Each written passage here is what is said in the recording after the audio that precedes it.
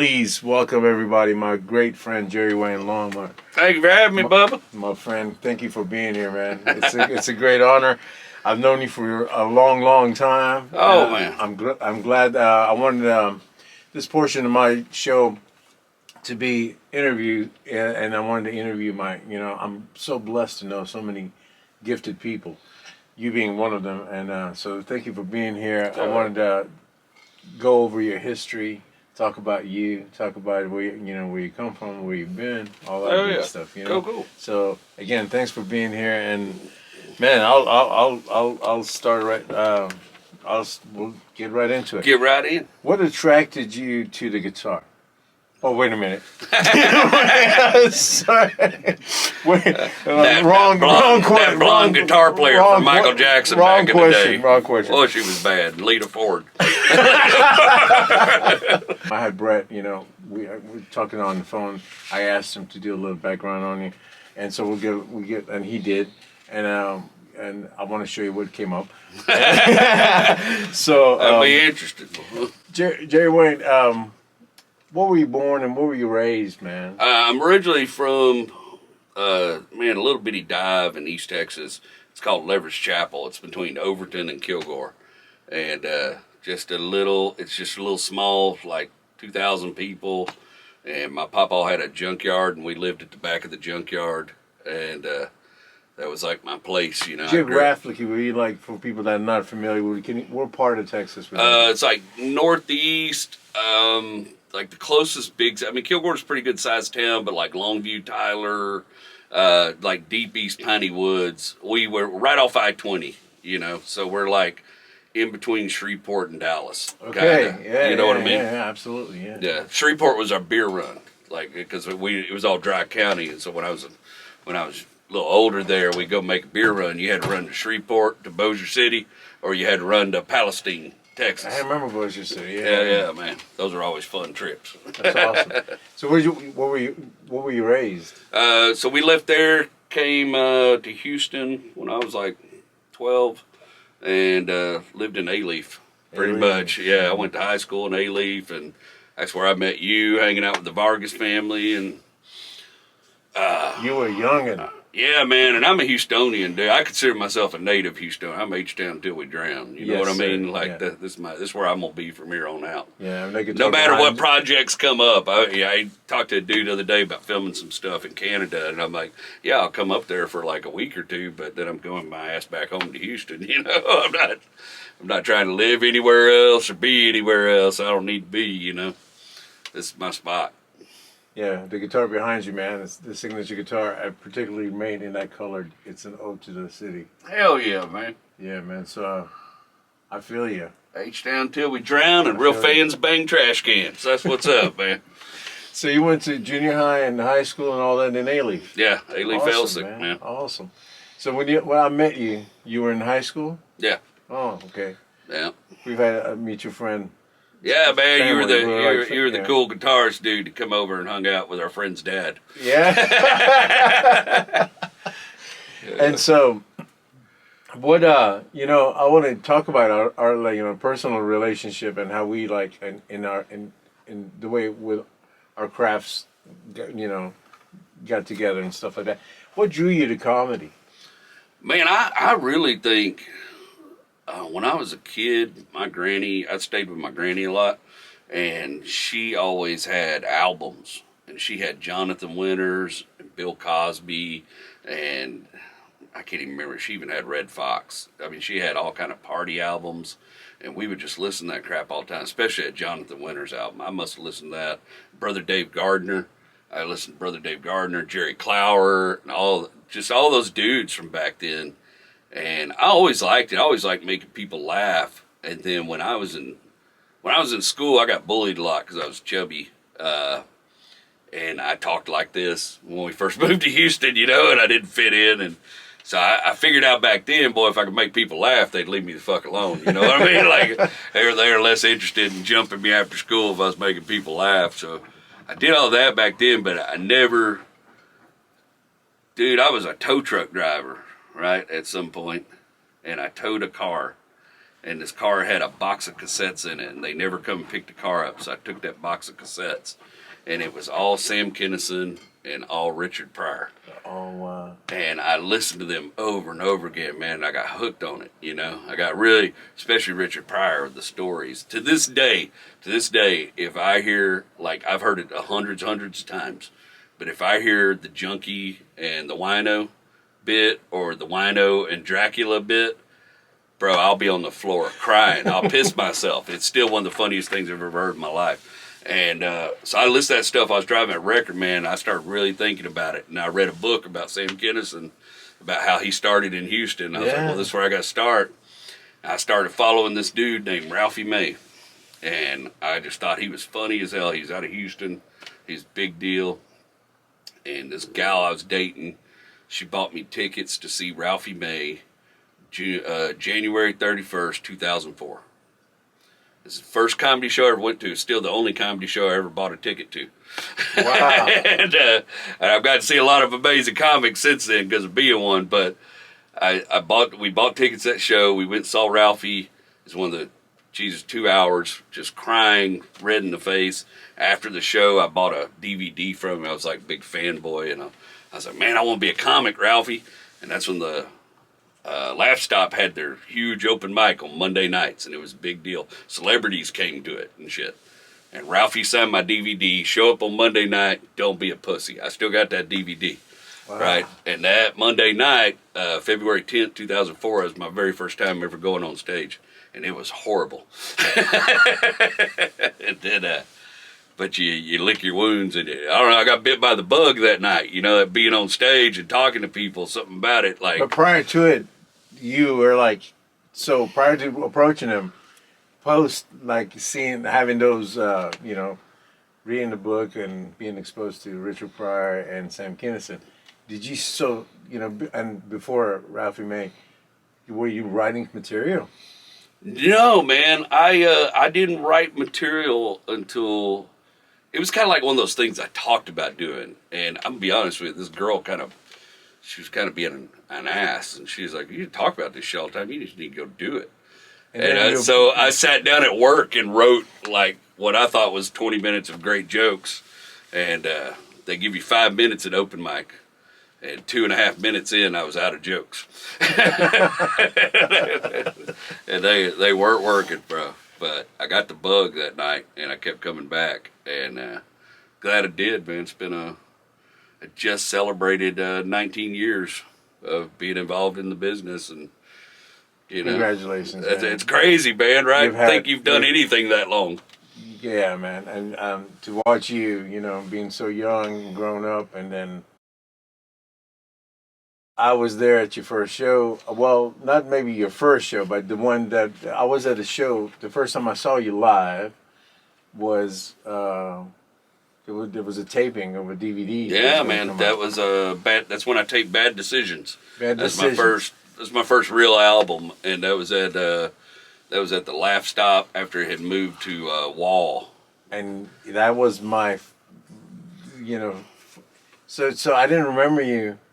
Yeah, and Dave, as you, we were kids. As a kid, and here you are on stage, and there were quote unquote Southern type comics, and I'm being not a native, but being raised in the South, I have a certain preference for myself.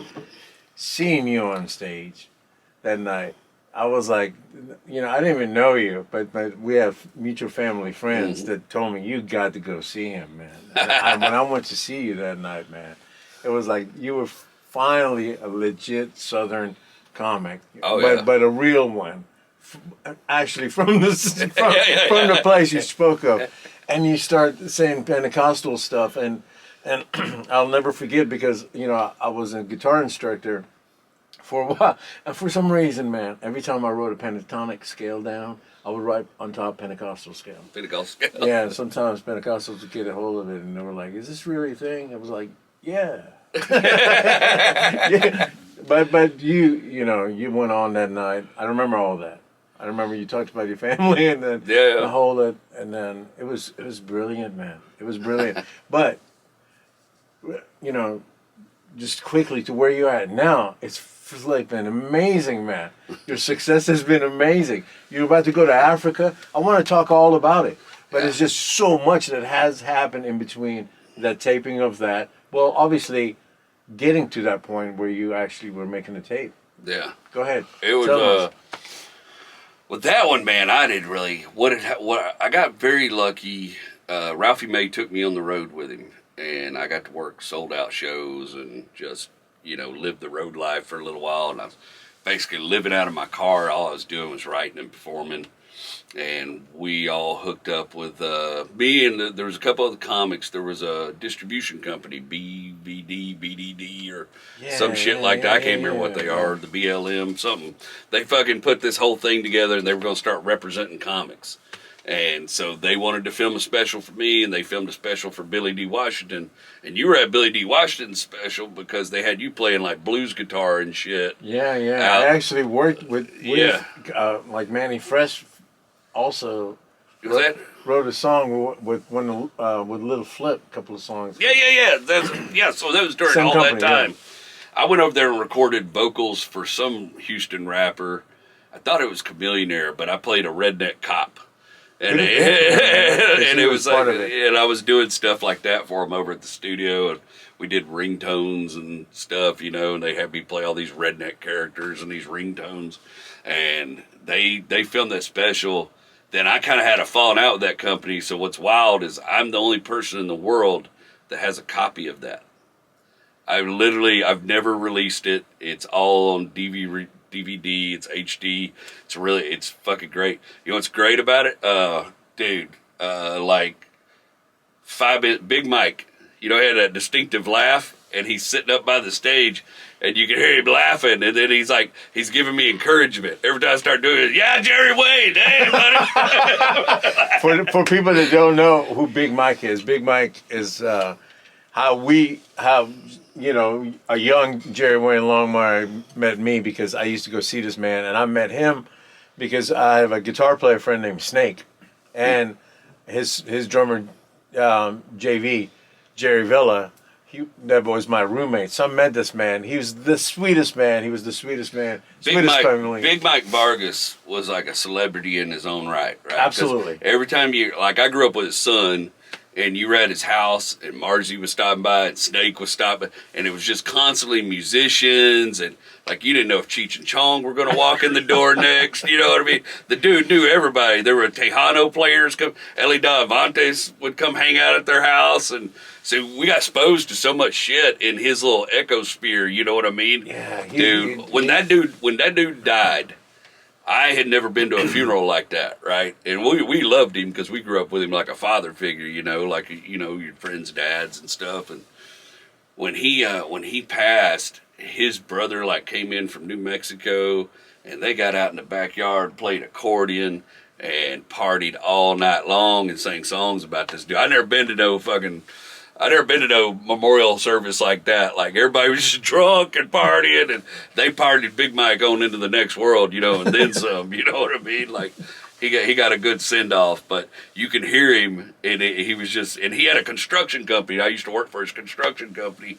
Him and his sons taught me carpentry, and you could just hear him the whole time laughing through that DVD. I found it the other day in a box of all my old comedy stuff from that era, and I was like, holy crap, babe, do you realize we have the only copy of this thing because it never got released? Oh, wow. Yeah, because me and that company kind of had a falling out. I didn't like the way they were doing some stuff.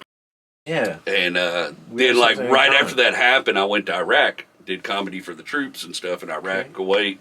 And when I come back, that company was falling apart. They were collapsing, So I was I just ended up with my masters, and I had an album through them, Bad Decisions, and it's all over iTunes and stuff. But it's not from that taping. That album was recorded audio separate at another show, and that taping was going to be a special, and it had a whole bunch of material that wasn't on the album. Yeah, man. So that's a sacred little toy. I mean. Gem you got on your hand. I think on my 20th reunion, I'm going to release it on Spotify or something just for fun. Yeah. It's a hot show, man. It's a hot show. There's some cringy stuff on it, but it's a hot show. I do remember Big Mike being a notch or two above. Yeah, he kept. He kept saying your name. Yeah. Every time I said something about pot, he always called pot the Blaze. He goes, the Blaze! He was. I have a great fond love for the band War because of him. Oh, yeah. Yeah, that was his Being jam in his right garage and playing pool, and then that was his jam and his stories, man. Well, he would come was a up to you, he great would get all drunk, storyteller. come up to you, Marzi.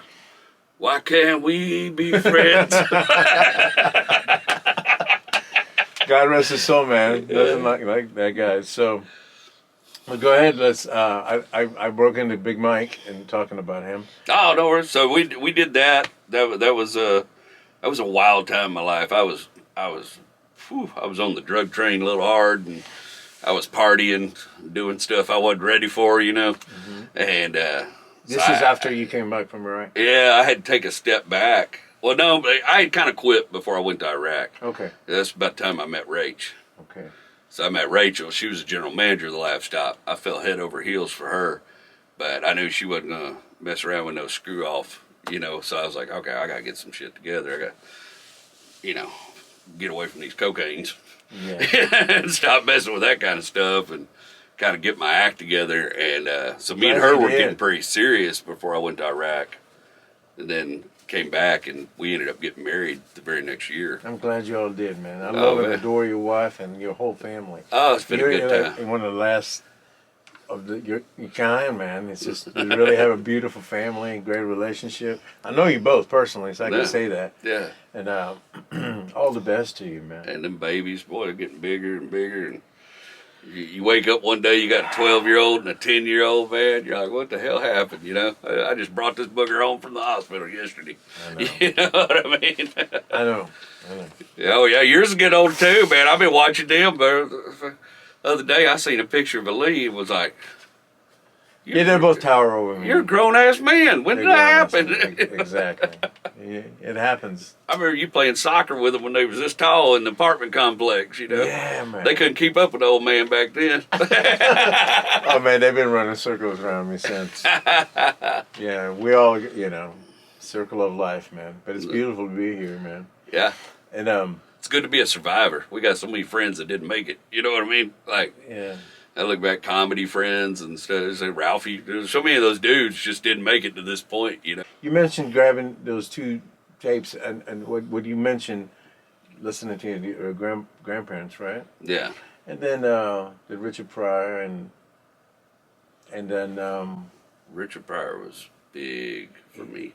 Yeah. Richard Pryor, the way he told stories, I like to tell stories, and Richard could spin a yarn. You know what I mean? He could take you on a trip. And one of my favorite things about Richard Pryor is, the year he had all that bad shit happen to him with the caught on fire and the wives leaving him and going to jail. And then he comes out and he records that special and he just opens up. He takes the worst year of his life and he makes it the funniest thing you've ever heard in your life, and he just works through that. And I've told Rach 100 times, like, that's my favorite thing about him. That's the part that's what I like to do on stage. I like to take the stuff that maybe caused me a little pain and work through it. I talk about my mom's death on stage and try to but that's my way of taking people on that trip with me. Like, so this woman, you love her too. Now she's going to die. Now we're going to talk about, the funny shit she did to me on her way out the door because she was hilarious. You know what I mean? Like, I believe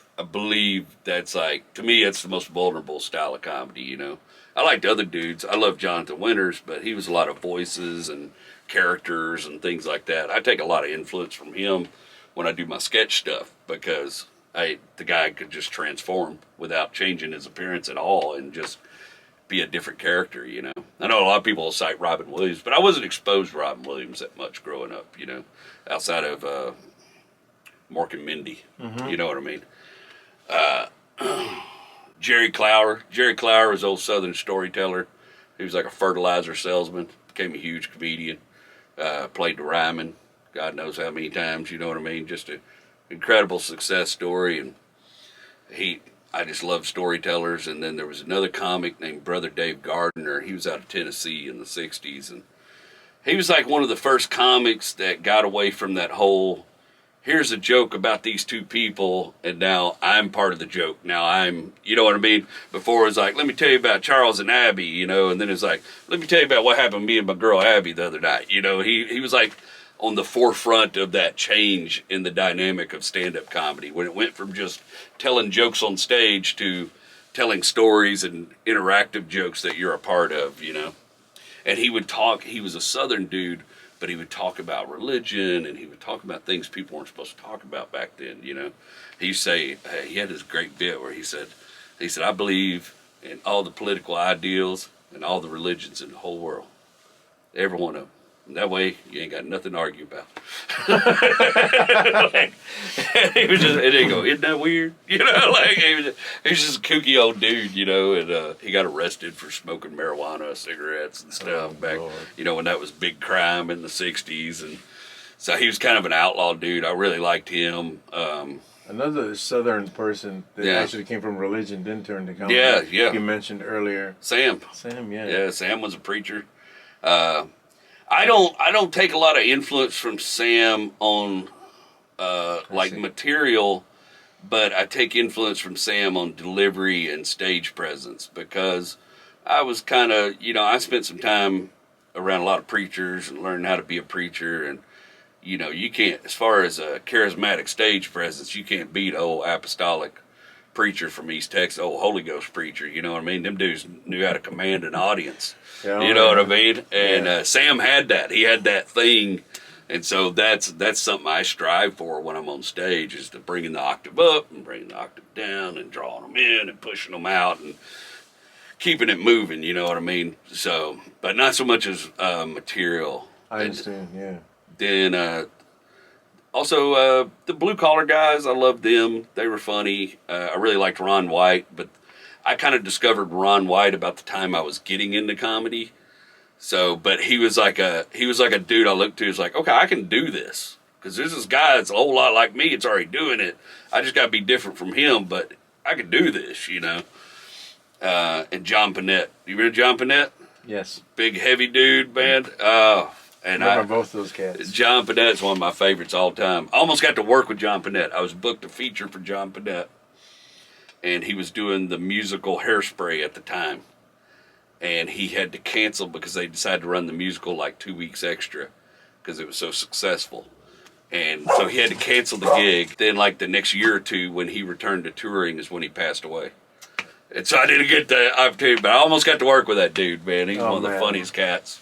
And plenty of dudes, like you get influenced, and I'm sure you can back me up on this being a musician, but you become influenced by the people you surround yourself with, especially when you go into an industry and like, so there's plenty of local comics that influence me that, you know, people might not ever know who they are or whatever, you know, but everybody around here does because they were killers, you know, and you come up under those dudes, you learn a lot of stuff from them, you know. And I get to work with killers on the daily. I work with Slade Ham all the time, and Slade influences me more on the business side of things because he's got such a good head for it. But Slade directed my special come out in 2021. And, man, I couldn't have asked for it to be in better hands, dude, because we felt I was at ease all night. I was ready to go up there, and we caught lightning in a bottle.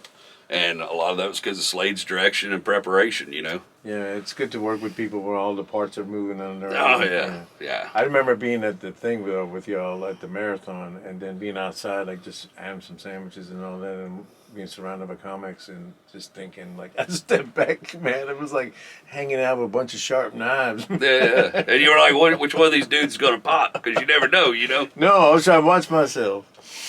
So yeah, Memphis is always part of the interview section.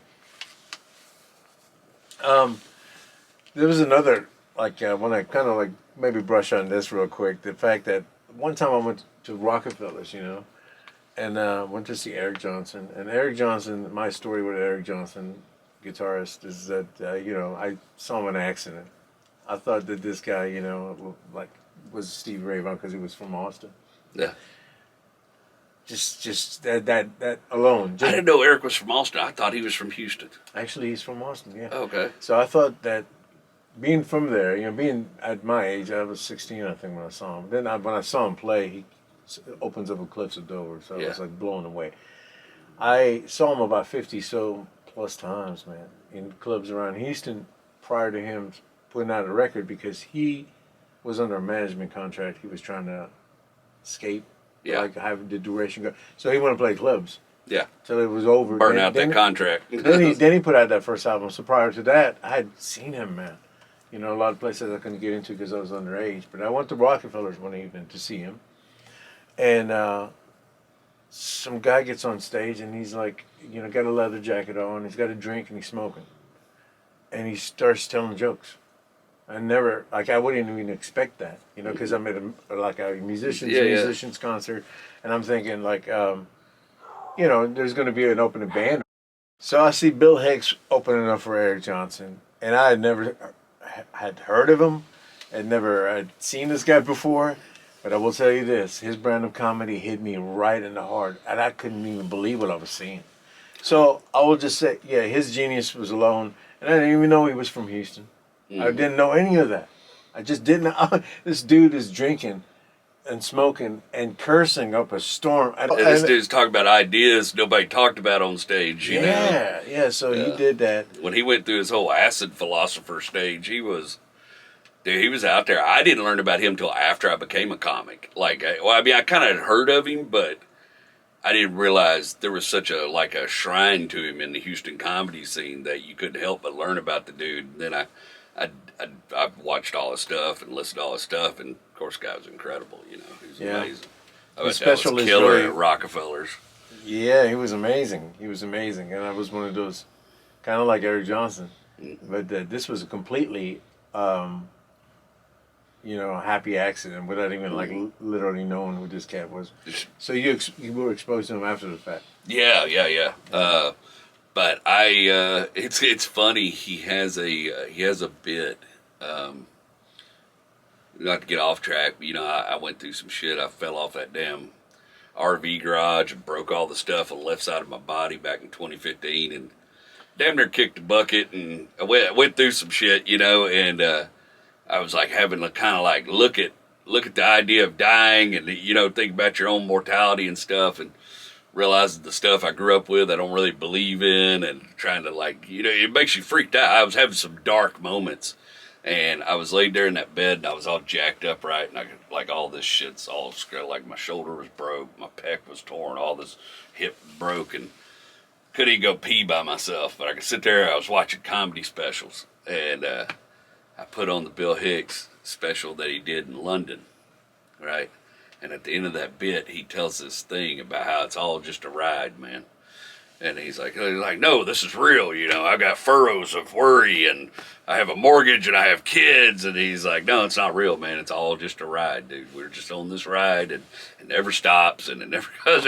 And it gave me such comfort. I was like, man, what a brilliant way to look at everything. You know, he transported me, like, out of my fear into a level like, oh, it's just a ride, bro. Just make the most of what we're doing here. Be kind, treat people good, and let's just see what the next part's about, you know. But took away so much of that fear, like, hey, was able to look at, and then luckily I didn't die. I, you know, healed up and got my ass up, and finally learned how to walk again and all that good stuff. Yeah, because I remember there was a period where you was just kind of like, you know, you have a family. It's a big leap to make, and now that you've made it, you know, your success on social media, where everything is on social media, your TikTok success, and success by the factor that, man, your work is brilliant.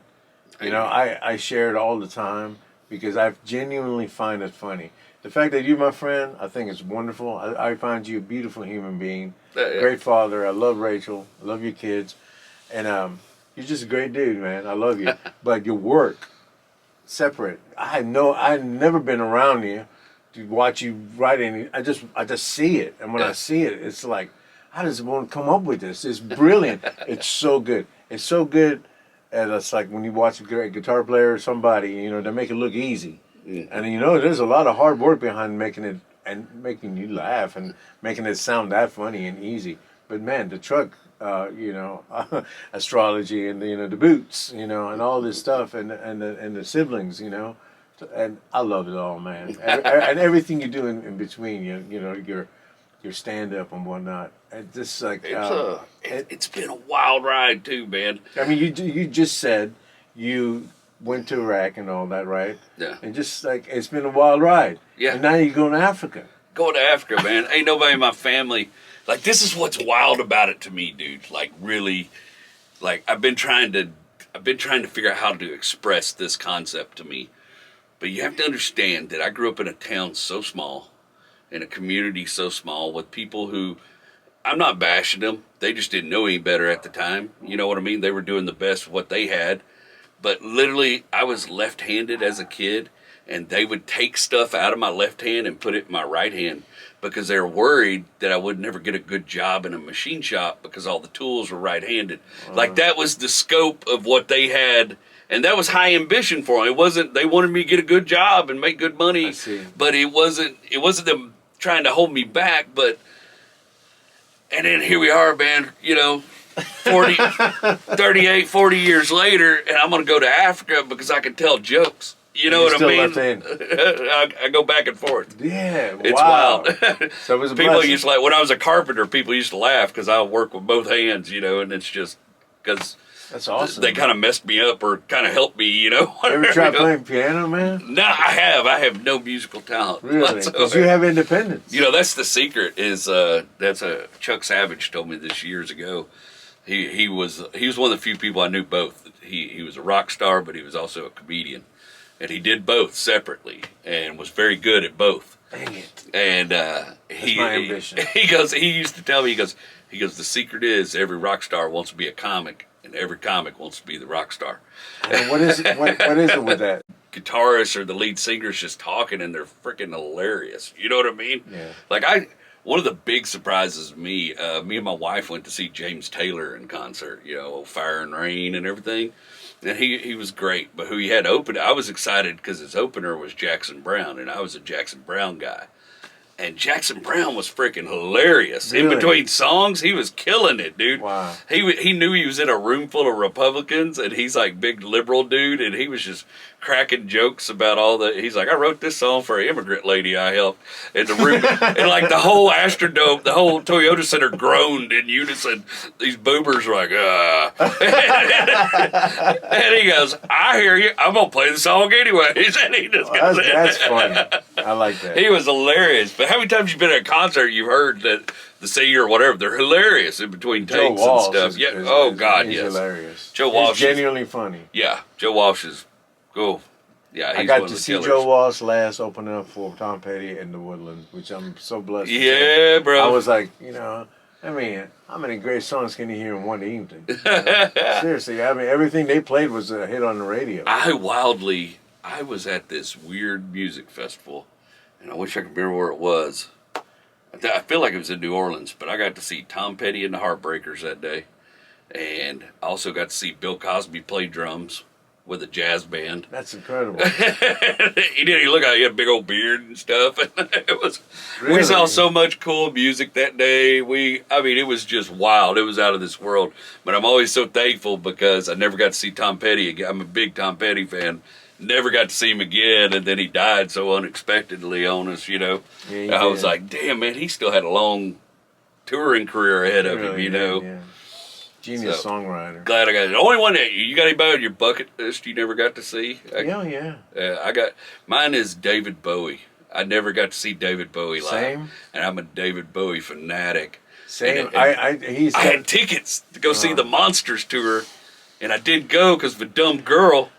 The dumb girl I was supposed to go see the show with pulled some crap at the last minute and didn't want to go. And That's horrible. we were arguing. I didn't go, and now David Bowie's dead. I'm like, bro, if I could even remember her name, I would find her on Facebook.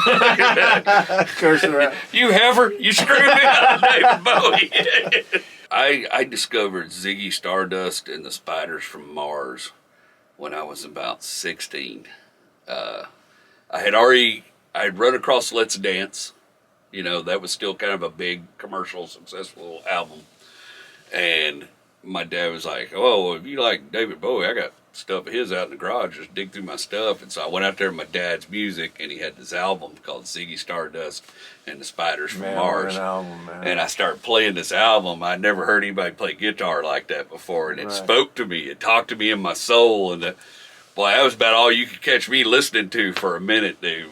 God, it was so good.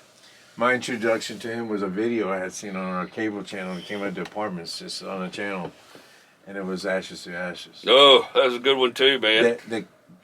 He's singing about Major Tom again. Yeah, but the way it's constructed, and let's talk about something unfolding on you throughout the years. It's genius. It's deep, bro. Yeah, it's deep, but the way the song unfolds, Mm-hmm. you know, and the arrangement, Yeah. it's just It's one of my there's favorites. so many things about it. It was they put it on the Changes collaboration, the Changes big, where he had a lot of greatest hits on it and everything, and Ashes to Ashes on that. That's how I was exposed to it because I loved that album put together. Then I saw years later. My uncle Bobby. Used to go watch Stevie Ray Vaughan all the time, like when he played Crossroads and Nacogdoches and all that stuff. My Uncle Bobby was he was a Nashville musician and all that kind of stuff. And he just loved Stevie Ray. My Uncle Bobby turned me on to Stevie Ray and Peter Frampton. And what's the other guy? Robin Trower. Stevie Ray, Peter Frampton, and Robin Trower. He's a great guitarist. And Rush. And he turned me on to these bands. This was his stuff, and he was like 6, 7 years older than me, you know. And bro, my uncle got this VHS, and it was Stevie Ray practicing with David Bowie. They were going to go on tour together, and it didn't happen. Stevie Ray quit the tour at the last minute. He got pissed off and thought they were screwing him around on money, and he quit the tour, and everything got all bent out of shape. Him and Bowie kind of locked horns, but these, you know, he plays guitar on that album. You know, he's the guitar player on that album. Yeah, for people that don't know, Stevie Ray got his big breakthrough David Bowie because David had seen him play, and the Montreal Jazz Festival. And he's is that it? I thought Let's he had Dance. seen him. He saw him at the Jazz Festival, and then he hired him to play guitar on Let's Dance. And that's his solo on China Girl. Oh yeah. And you could really hear him on Let's Dance. You could hear him kicking in on that song. You could even hear him a little bit on Modern Love, but it's always so stupid to me is every time you see that video that David Bowie did for China Girl, and David Bowie's got the guitar, and he's like, that ain't you playing. why you do my boy SRV like that? Signature tone, man. Every time I see that video, I'm like, come on, man. You should have done that. That was cold-blooded, man. That's pretty cold-blooded. Have you gotten to tour or with anybody that you grew up admiring and performing with? No, I mean, I've gotten the opportunity to work with some people that I grew up hearing. Ralphie was one of those dudes. I got to, work with him a lot back in the day. I got to open or do some spots on a show with Andrew Dice Clay, and Andrew Dice Clay gave me love advice, man. Wow. Like heartfelt, warm, sincere, advice. It was about Rachel. It was about before me and Rachel were dating, and he's like, "You're carrying a torch for this girl. It's pretty easy to see, man. You gotta." And he gave me all this good advice, and I'm still married to the gal. You know what I mean? Like Andrew Dice Clay, hickory dickory, gave me fucking relationship advice, and it was warm, heartfelt. He's a sweet man, like a nice, kind man. He's hilarious off stage too. He'll sit there and trade barbs with you, and you're not gonna beat him, but just such a kind, sweet human being, he's a genuine dude, man. He's been one of my favorite people to meet, because he was I didn't think he was going to be who he was, and he turned out to be this credible dude. I got to work with Gilbert Godfrey a couple times, and another amazing, gentle soul, nice human being, fun to work with, and Bobcat Goldthwait I got to work with once or twice, and same way, walked away from all those experiences dude, these guys are real. They're just really cool people, You've had so many of, these moments, I don't even know. Is there anything, few things stand out, highlights of this, being on stage and or like concerts or any of those? Man, Ralphie took me to Tempe, Arizona in 2004. After I got started, I took off quick, and I was doing hot real fast. And Ralphie took me to the Last Comic Standing auditions, and I flew out there and met Ralphie and Lana. And Ralphie got me an agent spot, basically a guaranteed audition, a time, not having to wait out in a line, around the building, but a time frame to go in there and audition. I did really well. I got put on the night show, and so for about 5 seconds, I was on national television, and my mama seen that shit, so. And that's always that's one of those things, she's gone now. I can never, but my mama saw me on national television for about 5 seconds, That's a big deal, man. and that was crazy. My grandma and all them have seen it, That's beautiful. Yeah, Especially when your family sees it, man. But I still got a bunch of stuff I want to do. I'm always, Of course. I'm one of those people. I'm never satisfied with what's happening right now. I'm always working on the next thing. Yeah, good. And Rachel has to tell me sometimes to stop and enjoy this part of the journey. Like this time around with comedy, I took a break for a little while and I came back really dedicated. And I was like, I'm going to figure out social media. I'm going to figure out how to build my brand on social media. And I went after that like a scientist. I threw everything against the wall, saw what stuck, and just built that. But I get in this habit of I'm always worried about the next thing and working on the next thing. And Rachel will be like, hey, you've got this really cool thing. March 3rd? Yeah, March 3rd, I'm headlining the PWR Texan Theater in Cleveland, Texas, which is this really cool old theater.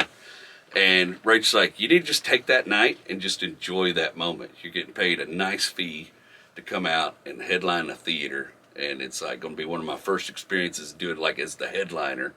And, That's I played amazing. some theaters, but I've never headlined. This is my show. And I'm going to go out and rock this, and the tickets are selling fast for it. We've got, it's got a good buzz about it.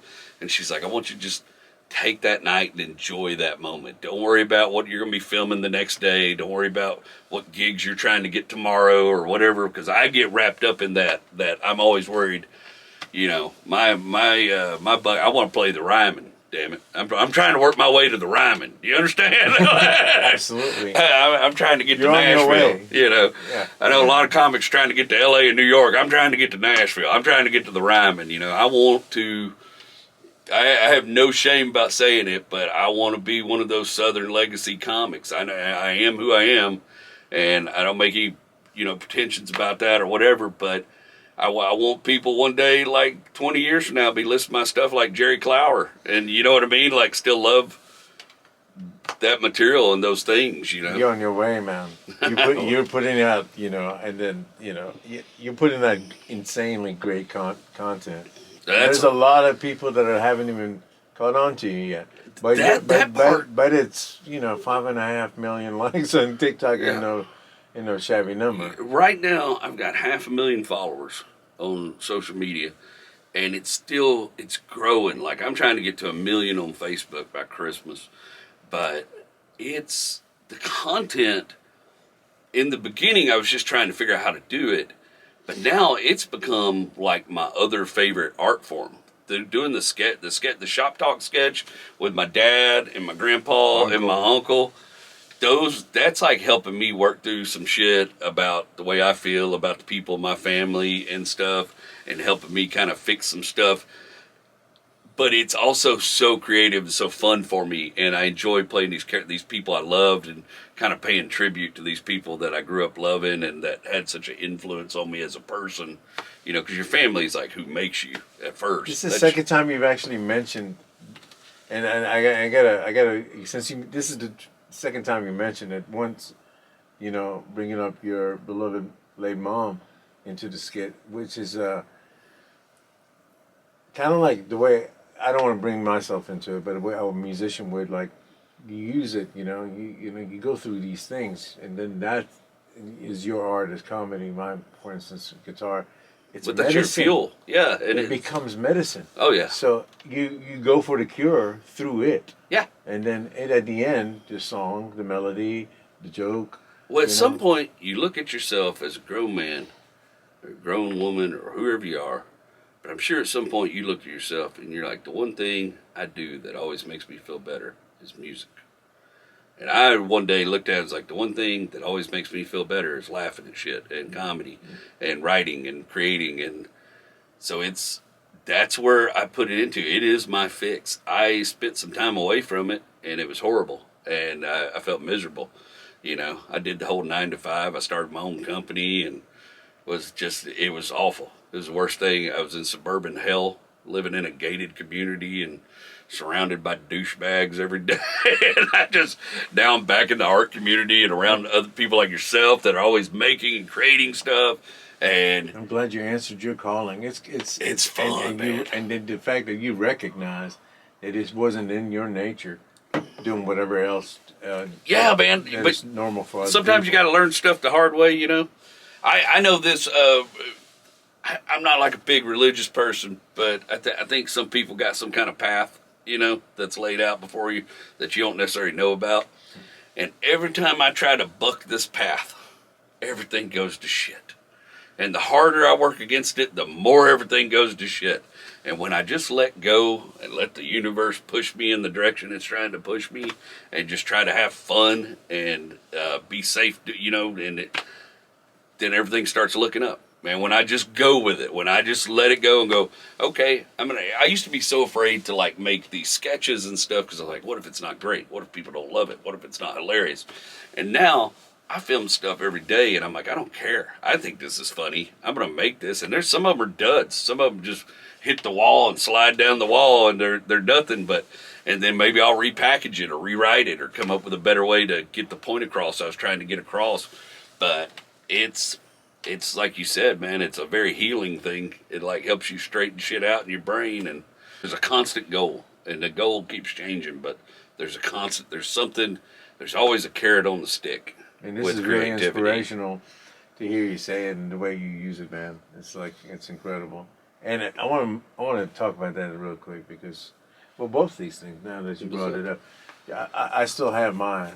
Oh, do you? Hell yeah. Absolutely, man. Hell yeah. And the back piece too. Oh yeah, yeah, And man. still, I ain't put it on the vest yet, but with the flames. And, Yeah. it's Who are incredible. Marzi? Yeah. And the same with your tattoo, man. It's in the honor of. My mama. Yeah. So my mama. I love that tattoo, man. Man, you know who did it? Randy Woods. He knew my mama. You know what I mean? Which was even cooler to me. And so I called him up. I said, man, I got this idea. So my mama called me Jaybird my whole life. Like that was her. She never called me Jerry. She called me Jerry Wayne every once in a while, like when I was acting a fool. You were in But trouble. yeah, Jerry Wayne, you know, like she had it. But every time it was Jaybird. Jaybird. When she was talking to me soft, it was always Jaybird. And so one day I was like looking that up and I found out that blue jays are like the stand-up comics of the bird kingdoms. Right? Because they're always like mocking the other birds and copying their sounds and fucking with them. And then they'll go steal their nest and shit and screw with them and everything. So they're kind of some bitches, you know what I mean? Like, and I was like, oh, it's so funny. So I decided, I was like, man, I want a Jaybird on me, but I want it somewhere where everybody always, I don't want it covered up like my other tattoos. I want every time I'm on stage, I want people to see that Jaybird and know who got me there, who made me who I am. Like she was a lot of who I am. And so I called up Randy and I sent him a couple pictures of blue jays that I had drawn. And he's like, I'm going to create something custom to your hand. So he took all these pictures of my hand. He measured my hand. And the fit is perfect. I mean, it's one of the best hand tattoos. He sat down and did it once. In fact, I'm going back to him because he's going to tune it up. He's going to bring out the white some more and dress it up now that it's fully healed. And boy, it hurt like the dickens though. I ain't gonna lie. My hand swole up like a catcher's mitt. I was trying to ride my bike on Buffalo Bayou, like that's how much wouldn't even fit in a glove. I remember first seeing it, thinking, man, that is it. But I love it, man. You see it every picture of me on stage, but I tell a joke about it on stage where I'm like, man, if you're gonna get a tattoo, especially something to memorialize your dead mother, do a very thorough audit of the body part of the jobs that body part does.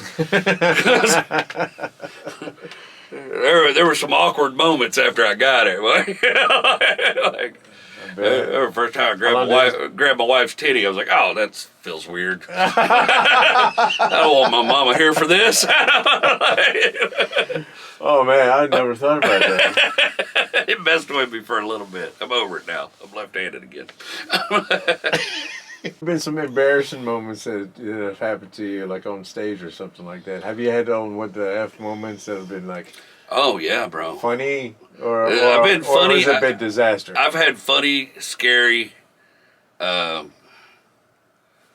Dude, one of the funniest things, and I'm sorry, kids, this is a drug reference, but I was working with a comedian named Joey Diaz, and I was featuring for Joey Diaz, and at the time I was partying, you know what I mean? And I used to wear this suit on stage. Remember that Johnny Cash looking suit I had with the ostrich on it and everything? And I was on stage, and I went to go into a bit. This is at the Laugh Stop on Saturday night, packed house.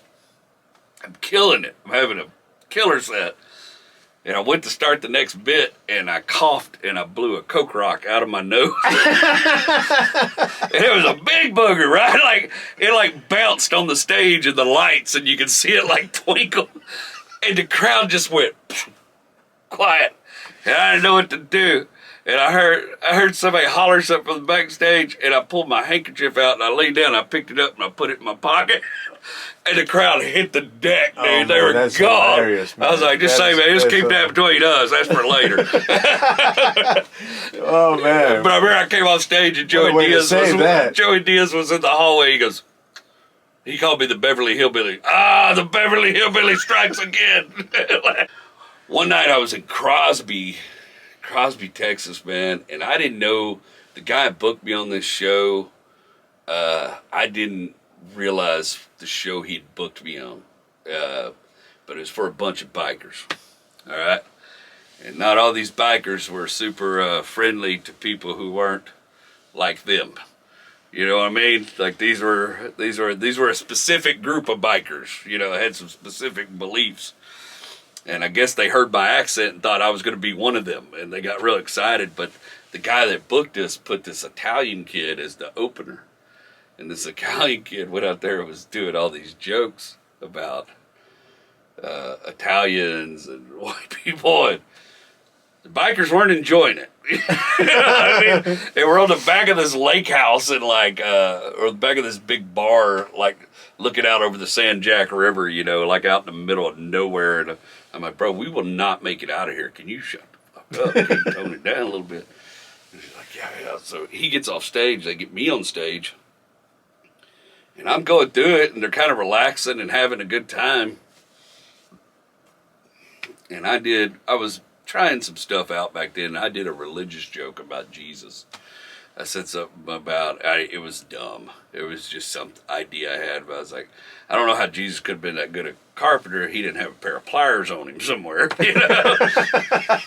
And I saw in the light something coming at me. And I just kind of moved my head, and a Bud Light bottle whizzed by my head and hit the stage behind me and busted. And I was like, what the shit? And this big old biker dude's like, you gonna die tonight, boy. You don't mess with the Son of God. And I was like, you have a swastika on your head.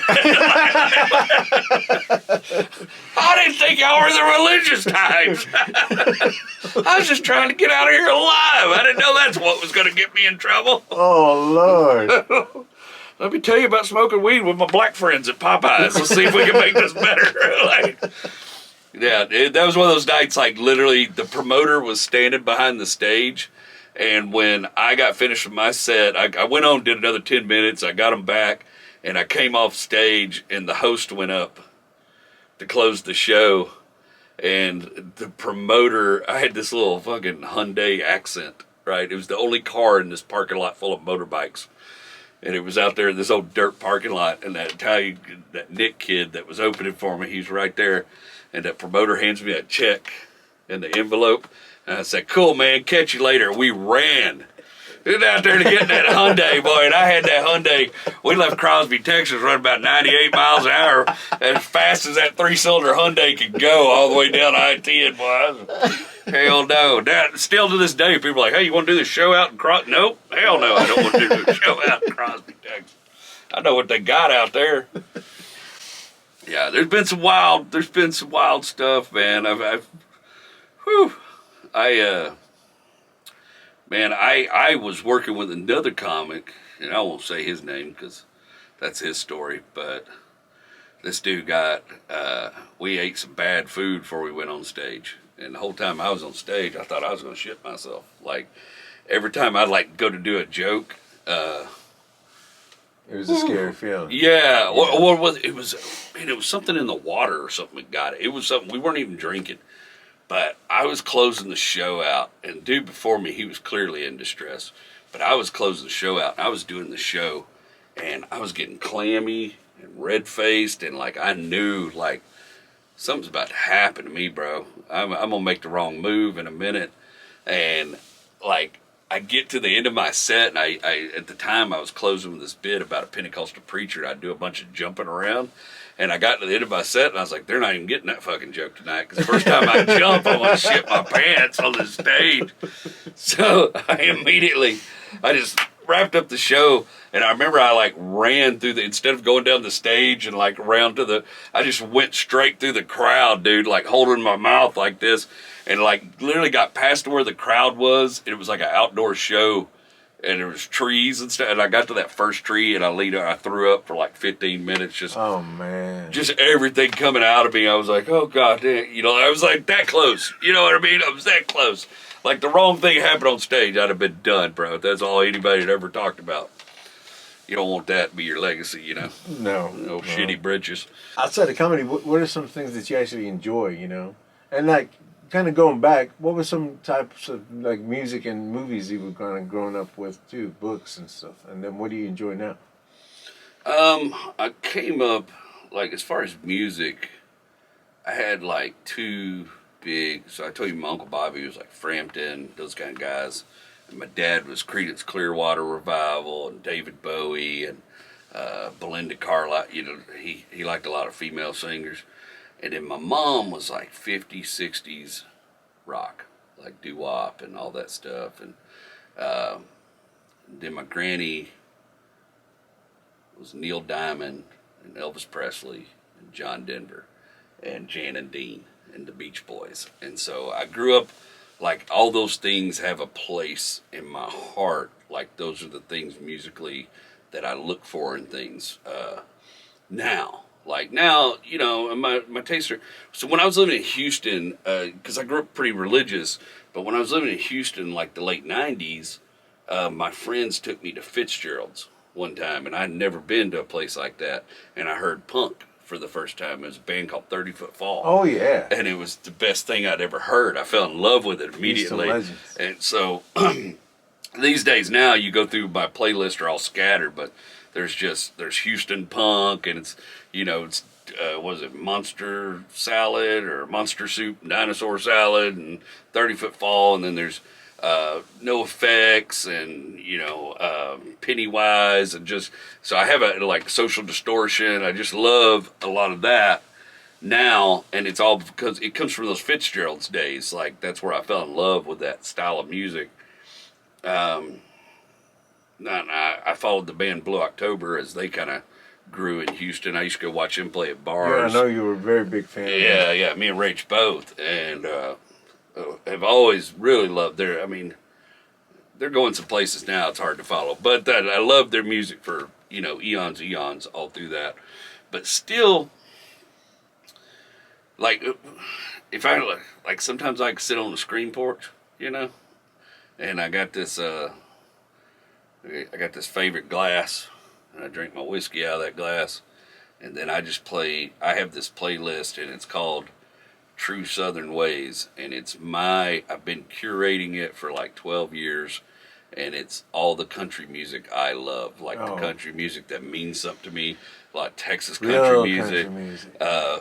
Even neo-trap bluegrass on there, like Sturgill Simpson and Tyler Childers, stuff that Chris Stapleton, stuff I've been exposed to that reminds me of stuff I love. And then of course all the you know, it's genuinely good though. yeah, man. And so that's one Rachel calls it my hillbilly list, and that's sometimes I'm just in the mood to drink on my porch and listen to that hillbilly playlist, I love it, dude. especially when I'm cooking or whatever. That's my stuff. And then my feel good, like if I just need to feel good, it don't matter what kind of day I'm having. I can be having the worst day. I remember the day my mom died, the day I got the news, I listened to this song driving home because I just needed something to help me fix for a minute. And it's Good Vibrations by the Beach Boys. That's like still to this day, like I can be having the worst day in the world, man, and I go out in the garage and just jam Good Vibrations, and from that very beginning, it just turns my head around because it's like a thing from when I was a kid that I fell in love with, you know. It's the power of music. Yeah, and Brian Wilson wasn't no slouch. You know what I mean? The guy was he was far beyond his time and doing stuff nobody had ever even thought to do, you know. He was a genius. So his music really, but especially that particular. In fact, there's a version that's his version that the lyrics are a little different. They're even more ethereal and kind of spiritual, you know, when you listen to them. As far as like movies and stuff, I always like comedies, all the National Lampoon, all that kind of stuff. I don't know. I have a hard time sitting down and like watching a movie anymore. You know, it just seems like a long time to sit in one place. Were there particular sitcoms that you really like? Yeah, man. We used to watch The Jeffersons a lot, and we used to watch Sanford and Son. Sanford and Son still. And then Night Court. Do you remember Night Court? Oh, I've been rewatching Night Court because they're doing a new version of it now. Okay. And I forgot how funny Night Court was. Harry Anderson was hilarious, man. Yeah. That was a great show. But I used to watch that a lot. I used to watch Sanford and Son. Man, that's about it. Not a whole lot of them. You know, we were Pentecostal for a long time, so we didn't do TV for a long time. Okay. And so it was like after we moved to Houston, like kind of in the late 80s, early 90s, before my parents really got into TV. And but movies and stuff like Teen Wolf and stuff. I always liked the Back to the Future flicks. And Man, I'm same kind of thing. yeah, man. It's I watch more of my kids' movies now than anything else. Like I've seen all the Disney shit. I can tell you everything about Cruella and all those animated movies have come a long way, bro. They're incredible. We would just watch one the other day called Encanto, and it's about like I think they're South American, maybe. I don't remember exactly what their nationality is, but Latin family, and it's just this beautiful thing. Except that the abuela is like this boomer abuela, and at the end she like comes to her senses, and I was like, well, this is all bullshit. Boomer abuelas don't change their minds about things. I've been around enough of them to know. That's funny, I was even telling my kid, like, hey, if you ever meet an older Mexican lady, don't expect her to just change her mind and think everything you're doing is cool, because this is horseshit. This ain't real. Yeah. Anyway, TV growing up. dude, I just saw Elvis. The Baz Luhrmann's Elvis thing that he did. It's mostly about Colonel Tom. And Tom Hanks plays Colonel Tom. And, whoo, bro. It is incredible, start to finish. That kid that got to play Elvis, I'm a Elvis fanatic, diehard. Being an Elvis, like I hear his music, and I start tingling. You know, all I gotta do is hear the first couple notes of "Hunk of Burning Love," and I'm, all right, here we go. You know, whatever. His music is a special thing to me growing up. You know, and listened to it so much. But that movie, I sat down and watched it. We had just surprised ourselves with a 65-inch TV, like a new TV. And I was like, we watched that movie, and I ate like 100 milligram edible. I went and sat down and watched it. Bro, I was just getting it. That left leg was just a going, bro. The whole movie, Rachel's laughing. She'd look over my left leg just to shake it, you know. I was ready to get on stage with him. I can do this song out of him, you know.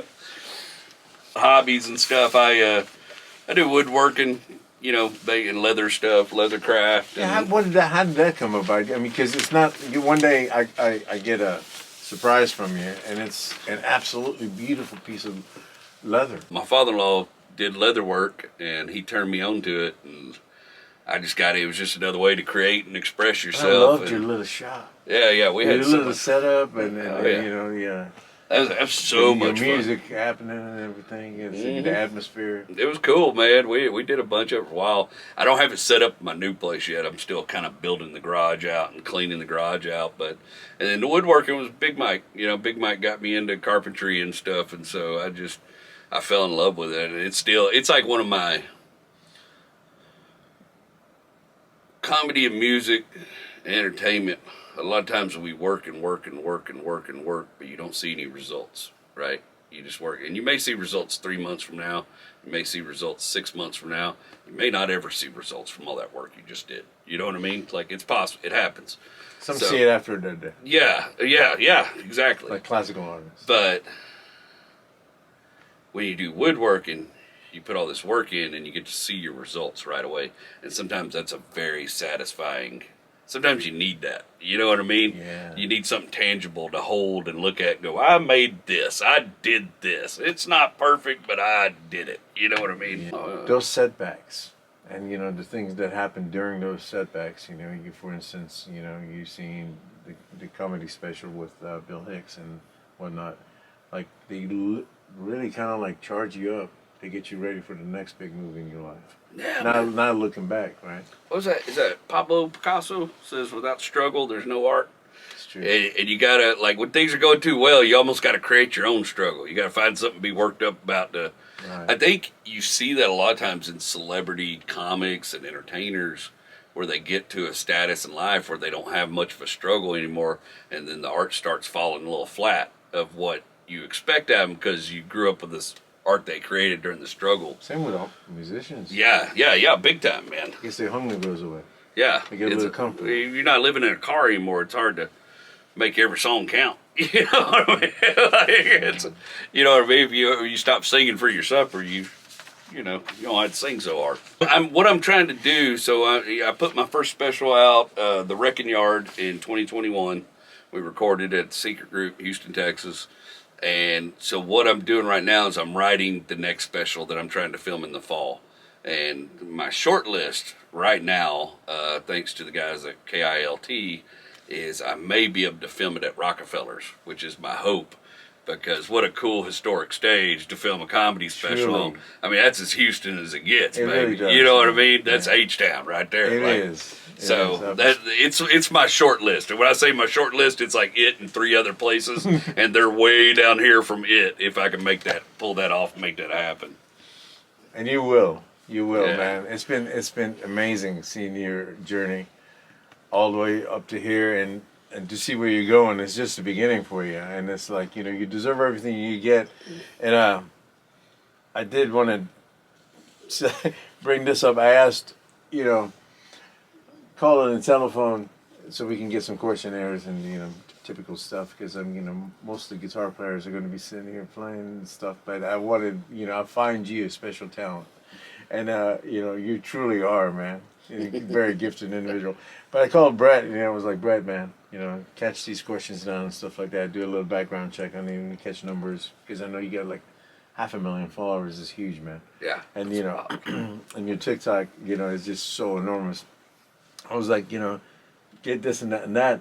And so he says, man, Jerry Wayne Longmire, man, Stratford, age 73, passed away peacefully on January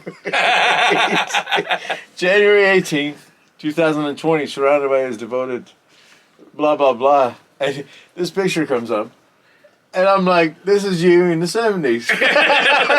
Oh, shit. Oh my God. It looks like you in the 70s. Show that to the people. Look at it. You tell me that ain't my damn brother, right? Tell me that ain't my brother. Jesus. I feel like I should have been at this funeral. I like owe somebody a letter and an apology. Jesus Christ. Jerry Wayne, man, thank you so much for being here. Hell yeah, Bubba. You know I always Memphis love and to I see you. and Oh, everybody. Memphis, my new buddy. It's really truly wonderful watching all your success. I'll be at that Rockefeller show, and you know, I was there at that very first one with that one company. I was with the audience with Big Mike. I'm glad you got a copy of it because it's sentimental. It's a special moment. I'm gonna do something with And it. you've done so much since, man. All the best to you, and I really look forward to all this. And you know something, one thing I didn't mention is that watching Bill Hicks at one time open up for Eric Johnson was just, it hit me so hard after I'd met you and then seeing you perform. It was my dream to have that one time. And you have done that like 3-4 times, Yeah, and they've just killed it. My favorite one was when we did it at the Continental Club. Yeah, that night at the loved that Continental one. Club was magic, bro. Man, That's one of those other great historic stages in Houston too. And that night was mad. I go to the barbershop right behind that dude, Big Cat's barbershop on Main Street. That's the dude trimmed my beard and stuff. Okay. And every time I walk by there, I had to park over there. Every time I walk by the Continental Club, like, y'all don't know, boy, we were rock stars here one damn night. That was a beautiful evening, man. That was a nice night. Well, all the best to you again. All right, brother. Thank you for being here, man. Thank you for having me, All the best, boss. man. Appreciate it. Yeah. Well, how about this? That's fucking funny, bro. I honestly feel like I'm related to that dude. He's even from the place in Tennessee where all my people are from. He's from La Joliet, Tennessee, which is West Tennessee, and my people are all from Humboldt and shit. He is survived by several nieces, nephews, a sister-in-law, Barbara Some of them he didn't even Campanella, know. Barbara Longmire, Alice Longmire. Yeah, I had Aunt Barbara Longmire. Look at my brother, yo. I feel bad because I missed that funeral, man. I mean, that dude was related.